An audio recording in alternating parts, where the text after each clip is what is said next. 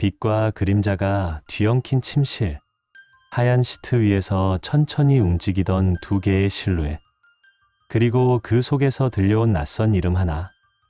준호. 그 한마디에 내 세상이 완전히 멈췄다. 그날 밤 나는 알았다. 사랑은 조용히 식는 게 아니라 한순간에 무너지는 것이라는 걸. 그리고 그 무너짐의 잔해 위에서 인간은 얼마나 잔인해질 수 있는지도. 도쿄에서의 성공적인 계약, 가슴 벅찬 귀국, 그리고 아무 예고도 없이 찾아간 집. 그 모든 기쁨은 문틈 아래 새어나온 한 줄기 빛 앞에서 산산이 부서졌다. 누군가는 그날을 우연이라 부를지 모르겠지만 나에겐 운명의 통보였다. 평생 믿어온 사람의 배신을 직접 눈으로 확인하는 순간, 결말은 여러분의 예상을 완전히 뒤엎을지도 모릅니다. 여러분의 생각은 어떠셨나요? 댓글로 꼭 남겨주세요. 구독과 좋아요도 잊지 마시고 방탐정의 이중 파일과 함께 더 놀랍고 흥미로운 이야기 속으로 떠나봐요. 그날 밤 나는 하루 일찍 서울로 돌아왔다. 도쿄에서의 계약이 예상보다 순조로워 모든 일정이 앞당겨졌다. 비행기 안에서도 머릿속을 떠나지 않던 건 단 하나였다. 이 기쁜 소식을 가장 먼저 전하고 싶은 사람, 바로 지윤이었다. 하지만 인천공항에 도착하자 마음이 바뀌었다. 이번엔 예고 없이 깜짝으로 찾아가 보고 싶었다. 그녀가 놀라서 웃는 얼굴을 떠올리자 피로가 한순간에 사라졌다. 밤 9시 인천공항. 수화물을 찾고 심야 택시에 몸을 실었다. 창밖으로 스쳐 지나가는 서울의 불빛이 유난히 따뜻해 보였다. 한강 다리를 건널 때 문득 나도 모르게 중얼거렸다. 오늘따라 집이 더 그립네. 유리창에 비친 내 얼굴엔 오랜만에 진짜 웃음이 걸려 있었다. 집에 도착했을 때는 밤 11시를 막 넘긴 시각이었다. 로비의 공기에는 익숙한 비누 향이 남아 있었고 복도 끝 화분에서는 흙냄새가 은근히 섞여 나왔다. 엘리베이터 버튼을 누르며 생각했다. 지윤이는 벌써 잠이 들었을까?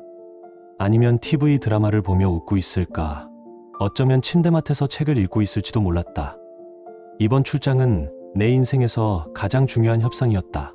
3개월 동안 준비한 독점 수출 계약. 그 결과는 완벽했다. 도쿄의 회의실에서 계약서에 서명하던 순간의 전율이 아직도 손끝에 남아 있었다. 그 긴 시간 동안 밤늦게까지 내 옆에서 자료를 정리해 주던 사람, 지윤이었다. 그래서 그 기쁨을 제일 먼저 전해주고 싶었다. 엘리베이터 문이 열리고 15층 복도의 조명이 내 앞을 비췄다.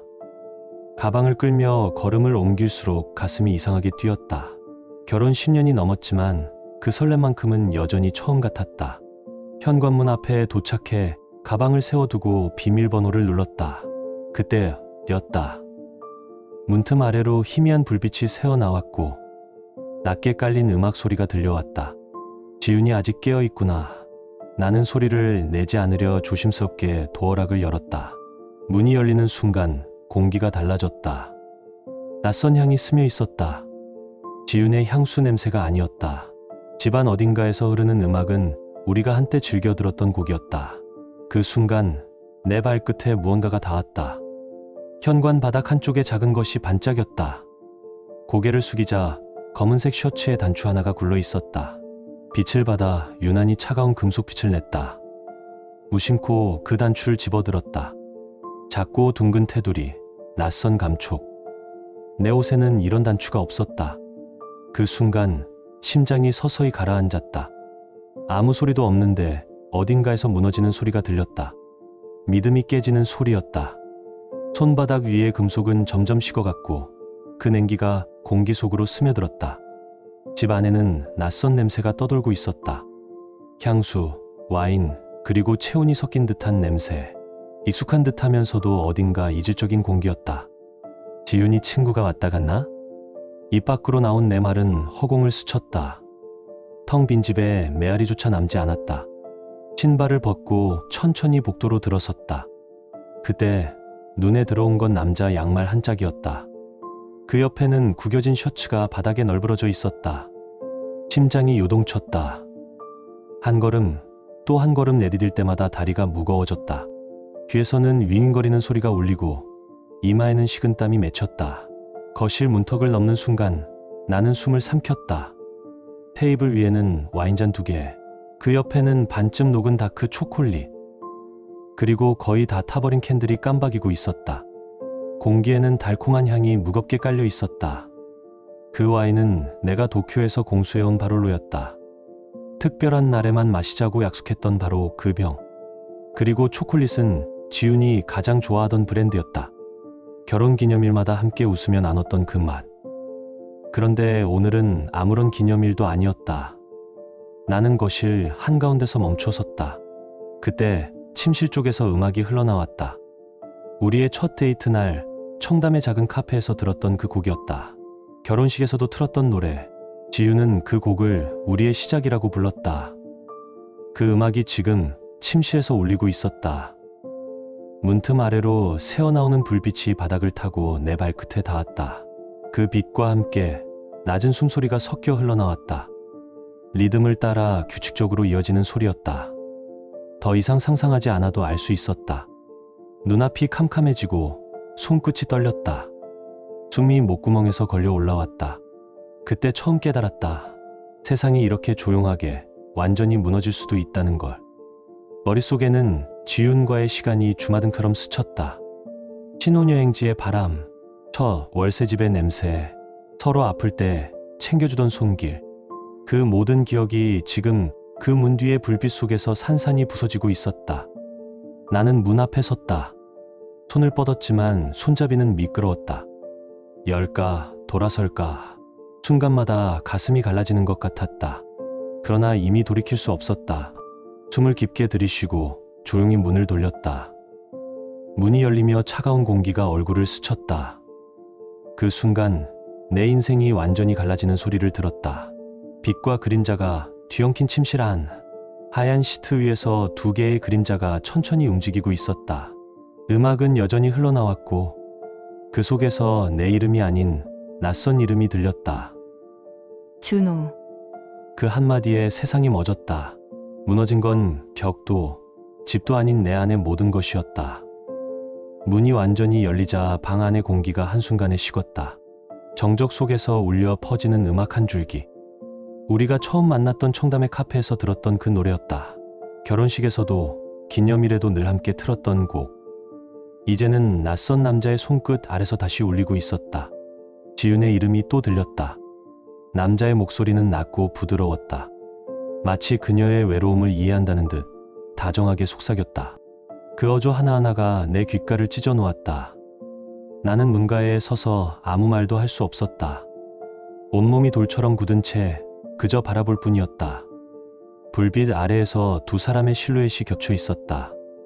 그 리듬은 더 이상 우리의 것이 아니었다. 시선이 닿는 모든 곳마다 배신의 흔적이 번져 있었다. 함께 골랐던 침대, 우리 손으로 펴던 시트, 그 모든 것이 다른 남자의 체온으로 덮여 있었다. 테이블 위에는 엎질러진 와인잔 하나, 붉은 자국이 카펫 위로 번지고 있었다. 그 냄새는 달콤했지만 내게는 구역질이 날 만큼 역겨웠다. 그제야 알았다. 이건 단 한 번의 실수가 아니라 계획된 배신이었다는 걸. 남자가 지훈의 귀에 속삭였다. 다음 주에도 그날처럼 만나자. 그 말을 듣는 순간 내 안의 모든 것이 완전히 무너졌다. 숨이 목에 걸려 나오지 않았고 시야는 서서히 흔들렸다. 그때 문이 완전히 열리며 남자의 시선이 내게 닿았다. 놀람, 공포, 당황, 그 모든 감정이 그의 얼굴 위에서 동시에 번쩍였다. 어씨, 그는 말을 잊지 못한 채 벌떡 일어나 셔츠를 움켜쥐더니 창문 쪽으로 달려갔다. 그제서야 지훈도 현실을 인식한 듯 시트를 움켜쥐었다. 이건 오해야. 당신이 생각하는 그런 게 아니야. 그녀의 목소리는 떨렸고 눈가에는 눈물이 번졌다. 하지만 그 눈물이 진심인지 연기인지 나는 더 이상 알 수 없었다. 나는 아무 말도 하지 않았다. 그저 그 자리에 서서 그녀를 바라봤다. 내 인생의 모든 확신이 산산이 부서진 채로 남자는 바지를 제대로 챙길 틈도 없이 창문을 열었다. 비상계단이 있었고 그는 그곳으로 몸을 던지듯 뛰어내렸다. 허둥대며 내려가는 그의 모습은 기가 막힐 만큼 초라했다. 그 순간 그가 어떤 변명을 하든 이미 모든 게 끝났다는 걸 알았다. 잠시 후 바닥에 무언가 반짝였다. 지갑 하나, 그리고 명함 한 장. 양재 메디컬센터 산부인과 과장 이준호. 글자를 읽는 순간 머릿속이 새하얘졌다. 지윤이 다니는 병원이었다. 그녀의 일상, 그녀의 직장 속에서 이미 오래전부터 이런 일이 시작된 거였다. 나는 명함을 주머니에 넣었다. 그리고 다시 그녀를 바라봤다. 지윤은 여전히 시트를 움켜쥔 채 울고 있었다. 하지만 내 눈에는 눈물이 보이지 않았다. 그녀의 울음은 더 이상 슬픔이 아니었다. 그저 모든 걸 덮어버리려는 소음 같았다. 그녀는 시트를 가슴에 꼭 끌어안은 채 무릎을 꿇고 있었다. 눈물이 끝없이 흘러내렸지만 그 눈물엔 의미가 없었다. 설명할 기회를 줘. 떨리는 목소리가 침묵을 찢었다. 나는 대답하지 않았다. 대신 방 안을 천천히 둘러보았다. 한때 사랑이 머물던 공간은 이제 부정의 냄새로 가득했다. 그 어떤 말보다도 그 냄새가 모든 걸 말해주고 있었다. 얼마나 됐어? 내 목소리는 의외로 차분했다. 분노도 절망도 이제는 남아있지 않았다. 지윤은 대답하지 못했다. 그저 울음만 삼켰다. 나는 더 이상 그 방에 있을 수 없었다. 천천히 몸을 돌려 거실로 나왔다. 탁자 위에는 와인잔 2개, 반쯤 녹은 초콜릿이 놓여 있었다. 모두 우리 결혼의 잔해 같았다. 달콤했던 기억들이 이제는 썩은 향처럼 퍼지고 있었다. 그때 소파 옆에 놓인 가방 하나가 눈에 들어왔다. 지윤의 것이었다. 가방을 열자 익숙한 로고가 찍힌 레지던스 영수증이 눈에 들어왔다. 날짜를 확인하는 순간 숨이 멎었다. 내가 도쿄로 떠난 그날 밤부터였다. 나는 조용히 가방 안을 뒤적였다. 사진 몇 장이 나왔다. 호텔 창가에서 찍은 사진, 카페에서 손을 맞잡은 사진, 그리고 해안도로를 함께 걷는 사진. 지윤은 그 어느 때보다도 행복해 보였다.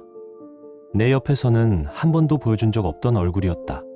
사진 밑에는 편지 한 묶음이 있었다. 의사의 필체로 정성스레 적힌 편지들. 당신을 만나고 나서야 진짜 삶을 알게 됐어요. 그 문장을 읽는 순간 가슴이 갈라지는 듯했다. 그녀는 그 편지를 구겨지지 않게 고이 보관해 두고 있었다. 나에겐 단 한 번도 보여주지 않았던 섬세함이었다. 나는 스마트폰을 꺼냈다. 도어락 로그를 열자 기록이 선명하게 남아 있었다. 내 출장 기간 내내 밤 11시에서 새벽 3시 사이 누군가 들어오고 나간 흔적. 디지털은 거짓말을 하지 않았다. 카카오톡을 켰다. 비밀번호는 우리가 처음 만난 날이었다. 대화 목록에는 준호 선생님이라는 이름이 있었다. 대화창을 여는 순간 심장이 서서히 식어갔다. 그들은 내 일정을 공유하고 있었다. 내가 어디에 있고 언제 돌아오는지, 심지어 내가 사올 선물까지 이야기하고 있었다. 내 일상이, 내 삶의 모든 순간이 그들에게 실시간으로 전송되고 있었던 셈이었다. 그러나 더 충격적인 건 그들의 미래였다. 이준호는 미국 연수를 제안했고 지윤은 그곳에서 새로 시작하고 싶다고 답했다. 그들의 계획 속에는 내가 존재하지 않았다. 이미 오래전부터 내 자리는 지워져 있었다. 그때 뒤에서 목소리가 들렸다. 그만 봐 제발. 지윤이었다. 겨우 가운 하나를 걸친 채 거실 문턱에 서 있었다. 눈은 울어서 붉게 부었고 화장은 전부 번져 있었다. 나는 천천히 고개를 들었다. 이제야 후회돼? 내 목소리는 냉정했지만 떨림은 없었다. 지윤은 아무 말도 하지 못했다. 입술만 파르르 떨렸다. 1년이야. 내가 묻자 지윤은 고개를 숙였다. 그 한마디가 방 안의 공기를 송두리째 갈라놓았다. 1년 전 병원 송년회에서 그때 처음 시작됐어. 그녀의 목소리는 낮았지만 그 낮음이 오히려 또렷했다. 1년. 우리가 함께한 결혼의 절반을 그녀는 다른 남자와 보냈다는 뜻이었다. 왜? 그 한 단어에 내 모든 감정이 실렸다. 지윤은 한참 동안 말을 잇지 못하다가 한숨 섞인 목소리로 겨우 말했다. 외로웠어. 당신은 항상 일에만 빠져 있었잖아. 나는 그 말을 듣고도 미동부처하지 않았다. 이미 오래전부터 예상한 변명이었다. 외로움. 그 흔한 단어 하나로 모든 대신이 용서된다면 이 세상에 무너진 가정은 없었을 것이다. 짐 싸. 내 목소리는 낮고 단단했다. 내일 아침까지 나가. 변호사는 내가 알아볼게. 지윤의 눈이 크게 흔들렸다. 오빠, 제발 한 번만. 끝났어. 그 한마디로 모든 대화가 끊겼다. 나는 문을 나서며 현관문을 닫았다. 그 소리가 마치 결혼의 마지막 숨소리처럼 들렸다. 그날 밤 나는 한강 근처 호텔에서 혼자였다. 잠은 오지 않았지만 머릿속은 이상하리만큼 차분했다. 무너짐 뒤에는 언제나 정적이 온다. 그리고 그 정적 속에서 무엇을 해야 할지가 또렷하게 떠올랐다. 다음 날 아침 나는 법무법인 오현을 찾았다. 이혼 전문 변호사가 내 이야기를 묵묵히 들었다. 나는 증거들을 하나씩 꺼냈다. 카톡 캡처, 레지던스 영수증, 도어락 로그, 명함. 변호사는 잠시 말이 없었다가 조용히 고개를 끄덕였다. 불륜의 증거로 충분합니다. 이혼 소송과 함께 상대 남성에게 상간자 손해배상 청구가 가능합니다. 그 말이 끝나자 내 안에 무언가가 완전히 자리를 잡았다. 분노는 사라지고 이제는 계산만이 남았다. 감정이 아닌 절차로 복수를 시작할 때였다. 그 말에 나는 조용히 고개를 끄덕였다. 감정이 아니라 절차로 복수하는 것. 그게 내가 선택한 방식이었다. 우리는 곧바로 소장을 준비했고 같은 날 양재 메디컬 센터 윤리위원회에도 진정서를 제출하기로 했다. 변호사는 침착했다. 의료인으로서의 윤리 위반에 해당됩니다. 증거를 함께 제출하죠. 진정서의 첫 문장은 짧고 명확했다. 본 병원 의사 이준호는 동료 간호사와 부적절한 관계를 지속하여 한 가정을 파탄에 이르게 하였음. 첨부 자료에는 도어락 로그, 영수증, 문자 캡처, 그리고 내가 직접 주워온 명함과 지갑 사진이 포함되어 있었다. 그 지갑 안에는 병원 출입증과 우리 아파트 비밀번호가 적힌 메모까지 들어 있었다. 그 한 장의 메모가 결정적이었다. 며칠 뒤 나는 직접 병원으로 향했다. 윤리위원회 사무실에서 모든 상황을 설명하고 진정서를 정식으로 제출했다. 위원장과 이사진 몇 명은 서류를 보더니 얼굴빛이 굳었다. 이런 일이 우리 병원에서 벌어졌다고요? 놀람과 수치가 뒤섞인 표정이었다. 철저히 조사하겠습니다. 그 한마디가 내 귀에는 판결문처럼 들렸다. 일주일 후 이준호는 공식 징계 절차에 회부되었다. 사유는 단 한 줄. 의료윤리 위반 및 병원 이미지 실추. 병원 내부 메신저와 커뮤니티에는 곧 소문이 돌았다. 의사불륜 사건, 레지던스 스캔들. 그의 이름은 하루 만에 실명으로 퍼졌다. 서울에서도 손꼽히는 대형 병원, 명문대 출신의 과장이 한순간에 추락했다. 그가 잃은 건 단지 직장이 아니었다. 의사로서의 명예, 환자와의 신뢰, 그 모든 것을 스스로 찢어버린 대가였다. 나는 그 뉴스를 조용히 지켜봤다. 분노 대신 냉정이 스며들었다. 감정이 아닌 절차로 무너뜨리는 복수. 그게 진짜 복수였다. 징계위원회는 조용히 그러나 무겁게 열렸다. 양재 메디컬 센터의 고위 의료진들과 외부 법률 자문위원들이 한자리에 앉았다. 그들은 내가 제출한 자료를 한 장씩 넘기며 아무 말도 하지 않았다. 사진, 문자, 영수증, 로그 기록. 그 종이 위에서는 한 사람의 인생이 서서히 무너지는 소리가 들리는 듯했다. 이준호는 처음엔 모든 걸 부인했다. 그녀와는 업무 외의 관계가 아닙니다. 그러나 증거 앞에서는 그 어떤 말도 의미가 없었다. 그의 손끝이 떨리고 있었다. 결국 그는 고개를 숙였다. 순간의 감정이었습니다. 정말 후회합니다. 위원들의 표정은 차가웠다. 그가 기혼자이며 두 아이의 아버지라는 사실이 확인되자 회의장은 완전히 얼어붙었다. 두 아이의 아버지가 이런 일을 했다는 말입니까? 위원 중 한 명의 목소리가 낮게 울렸다. 나는 아무 말도 하지 않았다. 그저 그 남자의 눈빛을 바라봤다. 그 눈에는 더 이상 인간의 온기가 남아있지 않았다. 며칠 후 징계 결과가 통보됐다. 정직 3개월, 그리고 윤리위원회 권고사직. 그의 이름은 더 이상 병원 명단에 존재하지 않았다. 소문은 순식간에 퍼졌다. 의사불륜 사건, 레지던스 스캔들. 그의 명함은 이제 누구에게도 건네지지 않았다. 의사로서의 명예는 그렇게 끝났다. 지우는 그날 아침 내가 말한 대로 짐을 싸서 나갔다. 어디로 향했는지는 몰랐다. 궁금하지도 않았다. 단 하나, 나중에 전해 들은 사실이 있었다. 그녀는 임신 2달이었다. 그리고 그 아이의 아버지가 누구인지는 말하지 않아도 모두가 알고 있었다. 처음엔 잠시 흔들렸다. 혹시 내 아이일 수도 있지 않을까? 그 생각이 머리를 스쳤다. 하지만 곧 냉정을 되찾았다. 출장으로 1달 넘게 집을 비운 내가 그 시기에 아이를 가질 리는 없었다.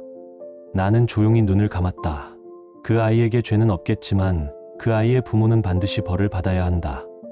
그 한마디가 내 안에서 천천히 굳어졌다. 시간이 흘렀다.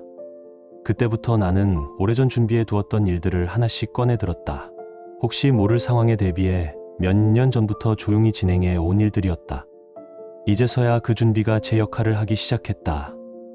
공동 명의로 되어 있던 재산 대부분은 이미 내 명의로 바뀌어 있었다. 지우는 그 사실조차 몰랐다. 아파트, 차량, 주식, 펀드, 모든 자산의 서류에는 내 이름만 남아 있었다.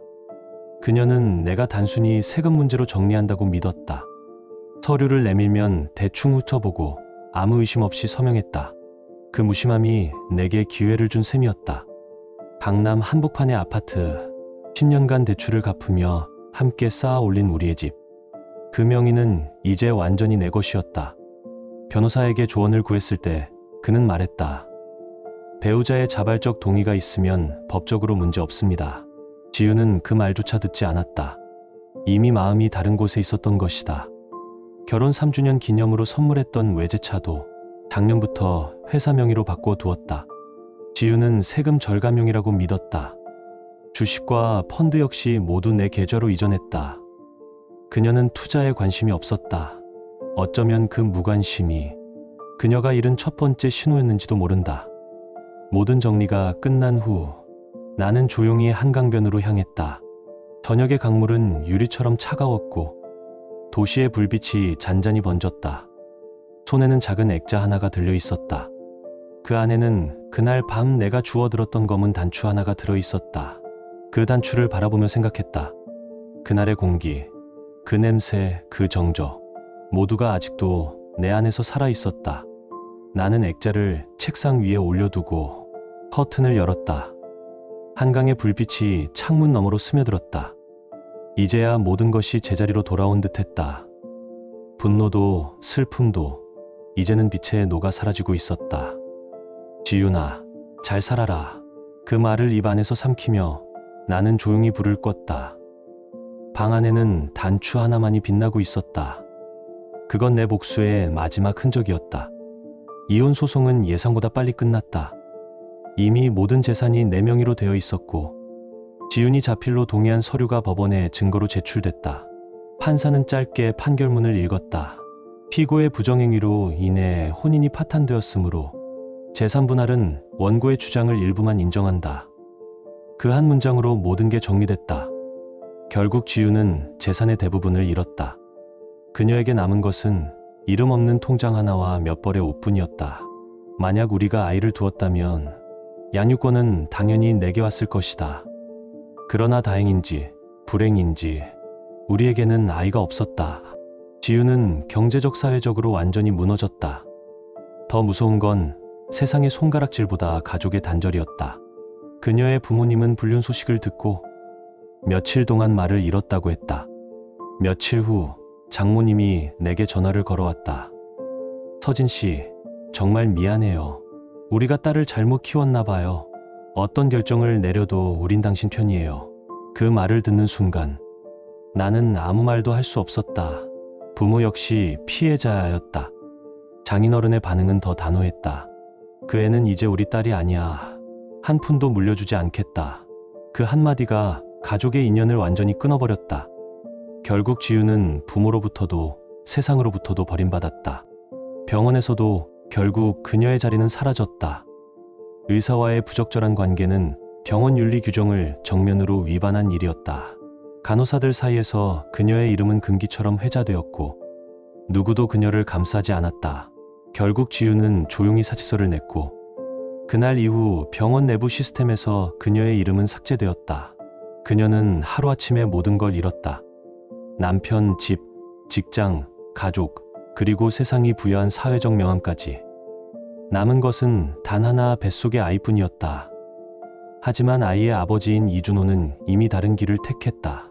징계위원회로부터 정직 3개월 처분을 받은 뒤 서울 본원 대신 지방의 작은 개인 병원으로 발령이 났다. 사실상 좌천이었다. 서울의 대형 병원에서 지방 병원으로 내려간다는 건 의사로서의 경력 종말을 의미했다. 그가 잃은 건 자리뿐 아니라 명예였다. 그의 가정도 예외는 아니었다. 아내는 남편의 불륜 사실을 확인하자마자 이혼 소송을 제기했다. 그녀 역시 변호사를 선임했고 두 아이의 양육권을 모두 가져갔다. 결국 이준호는 가정도, 경력도, 사회적 신뢰도 모두 잃었다. 이것이 내가 택한 복수의 끝이었다. 법과 사실로 짓는 무너짐. 3달쯤 지나서였다. 나는 우연히 카페 한쪽에서 지윤을 마주쳤다. 한때 강남에 비치던 그녀는 이제 그림자처럼 초라해져 있었다. 화장기 하나 없는 얼굴, 울어서 부은 눈, 배는 이미 눈에 띄게 불러 있었다. 그녀의 손에는 결혼 반지가 없었다. 나는 잠시 숨을 고르고 입을 열었다. 오랜만이네요. 그녀는 나를 잠시 바라보다가 고개를 숙였다. 죄송해요. 정말 모든 게 제 잘못이에요. 나는 커피잔을 들며 짧게 웃었다. 이제 와서 사과해도 돌아올 건 없어. 내 목소리는 차가웠지만 이상하리만큼 평온했다. 그녀는 아무 대답도 하지 못한 채 입술만 떨었다. 이준호는?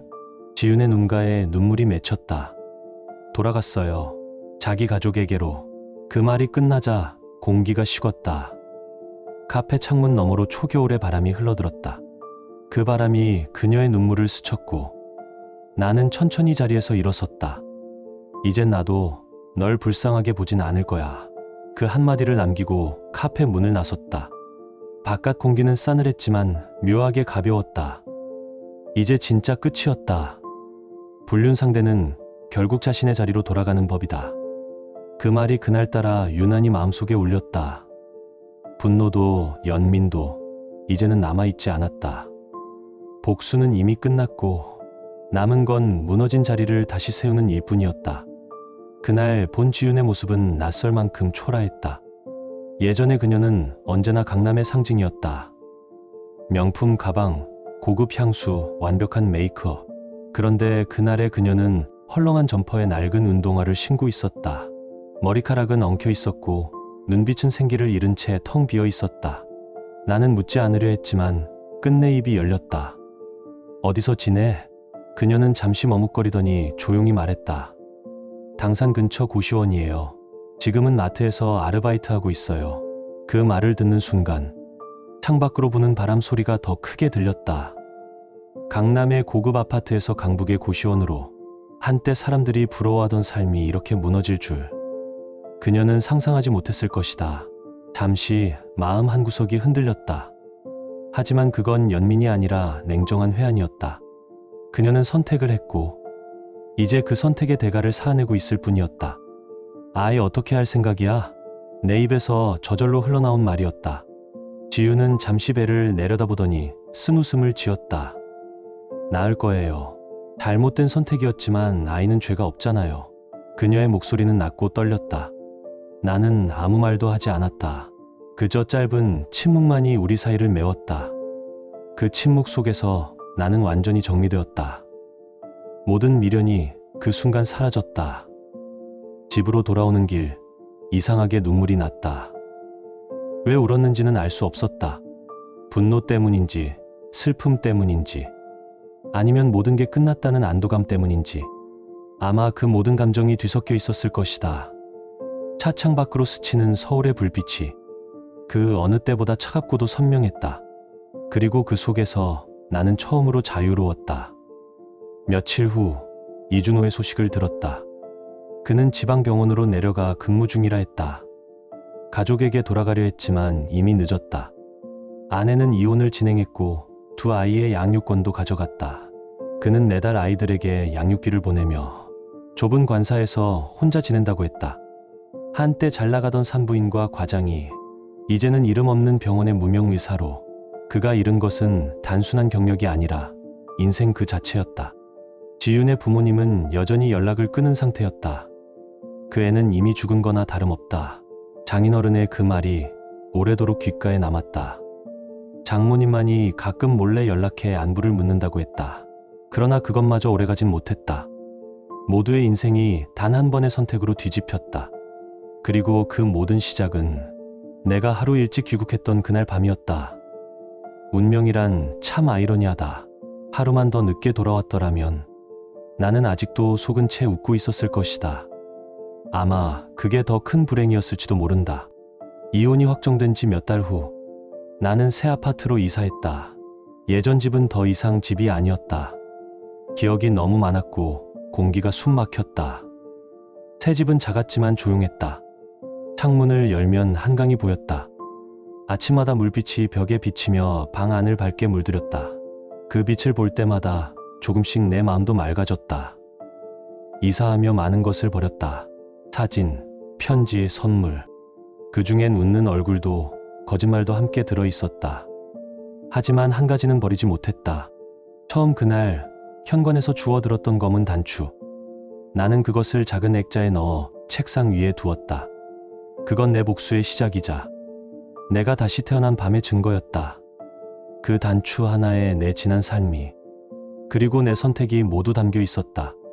그 후 나는 일에 몰두했다.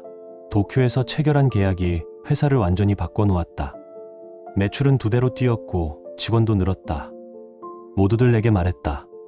요즘 얼굴이 달라졌어요. 나는 미소로만 답했다.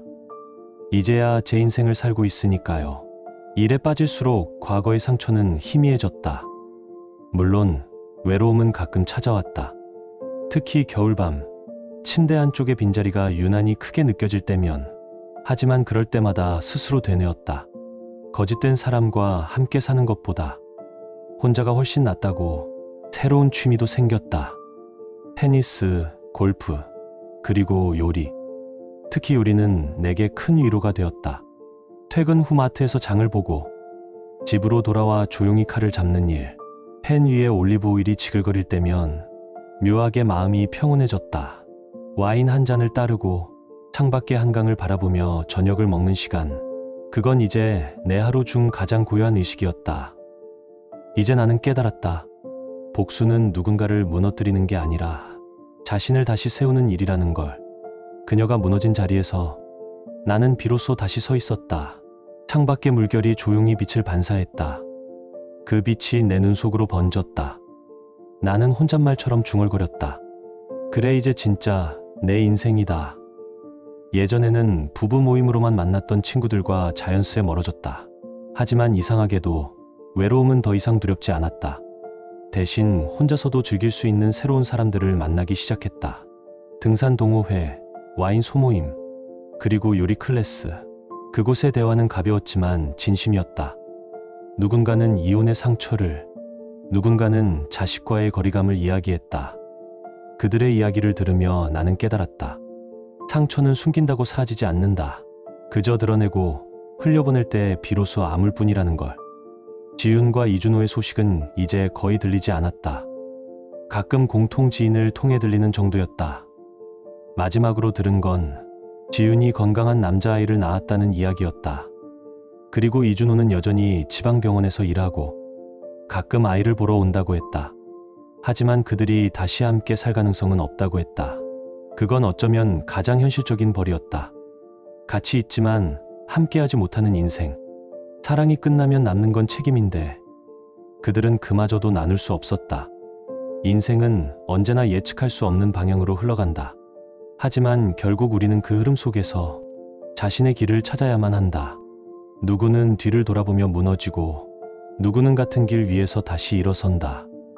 나는 후자였다. 지난 크리스마스 나는 혼자 집에 있었다. 창밖에는 조용히 눈이 내리고 있었다. 테이블 위에는 따뜻한 와인 한 잔, 그리고 한때 복수의 증거였던 액자가 놓여 있었다. 그 안에는 여전히 그 붉은색 남자 팬티가 들어 있었다. 이제는 혐오가 아니라 교훈의 상징이 되어 있었다. 나는 액자 옆에 낡은 메모를 새 종이로 바꿨다. 그날의 상처가 오늘의 나를 만들었다. 그 문장을 한참 동안 바라보다가 조용히 미소 지었다. 만약 그날 밤 내가 하루 늦게 귀국했다면 어땠을까? 아마 지금도 아무것도 모른 채 배신당하며 살고 있었겠지. 그게 행복이었을까? 아니면 더 깊은 불행이었을까? 이제는 상관없었다. 진실은 고통스러웠지만 동시에 구원이기도 했다. 나는 진실을 마주한 덕분에 더 강해졌고 무너진 자리에서 다시 살아났다. 이제는 누군가의 그림자에 기대지 않아도 된다. 누구의 시선에도 흔들리지 않는다. 나는 나 자신으로 충분했다. 언젠가 진정한 사랑을 다시 만날 수도 있겠지. 하지만 그때까지는 이 고요한 삶 속에서 나를 다독이며 살아갈 것이다. 창문 너머로 한강의 불빛이 은은하게 흔들렸다. 물결은 천천히 흐르며 지난 시간의 고통을 씻어내듯 반짝였다. 나는 마지막으로 커튼을 닫으며 속삭였다. 이제 괜찮다. 그날의 상처는 더 이상 나를 아프게 하지 않는다. 그건 단지 내 인생의 한 장면이자 나를 다시 태어나게 한 밤의 기록일 뿐이었다. 지금 당신의 마음은 어떤가요? 이야기를 읽으며 떠오른 감정이나 생각이 있다면 댓글로 나눠주세요. 당신의 진심 어린 한마디가 누군가에겐 큰 위로가 될 수 있습니다. 이 짧은 이야기 속에 작은 온기나 잊고 지낸 감정 하나라도 담겨 있었다면 그것만으로 이 이야기는 충분히 의미 있는 시간이었을 거예요. 좋아요와 구독 그리고 공유는 이런 따뜻한 이야기가 더 많은 사람의 하루에 조용히 스며들 수 있는 힘이 됩니다. 함께 해주셔서 고맙습니다. 당신의 하루에도 조용한 평안과 따뜻한 사람이 함께하길 진심으로 바랍니다.